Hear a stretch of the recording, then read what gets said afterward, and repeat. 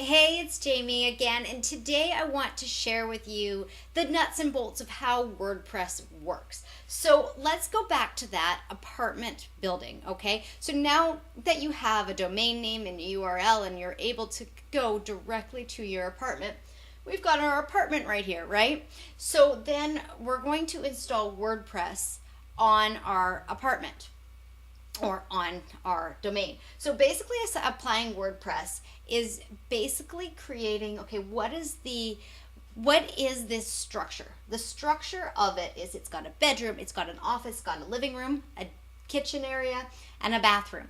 And that's what WordPress is it kind of creates the overall organization. Okay, so when you walk in, you know what's going on. You can understand how things interact with it.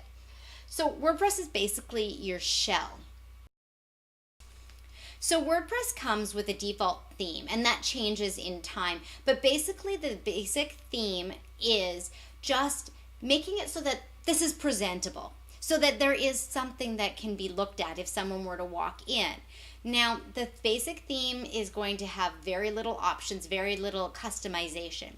So we're often going to be installing a theme out of the WordPress repository or a theme that you purchase from a third party.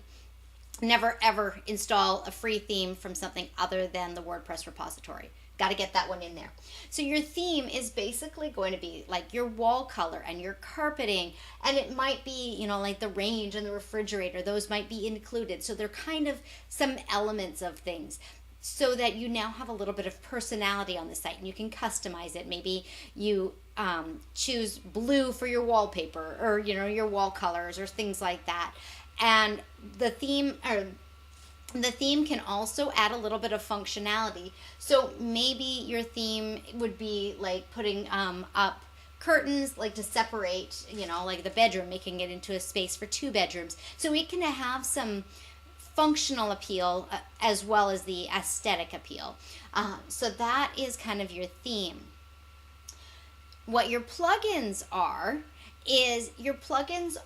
like your bed and your couch and your coffee table and your table, and your plugins are adding functionality. You can't sleep in that apartment if you don't have a bed. Realistically, it might be a sleeping bag, but you know what I mean. So you can so your plugins add functionality, they add features, they can actually, add other things as well. So kind of like one of the plugins, if we were talking about the bed again, it could be installing the bed and putting the comforter on the bed. So you kind of have some aesthetics, but mostly your plugins are going to be adding functionality. Now, a lot of the time, there are options. People want to have options and be able to do things differently depending on exactly what their website is for. So just the same as that, let's talk a brief moment about widgets.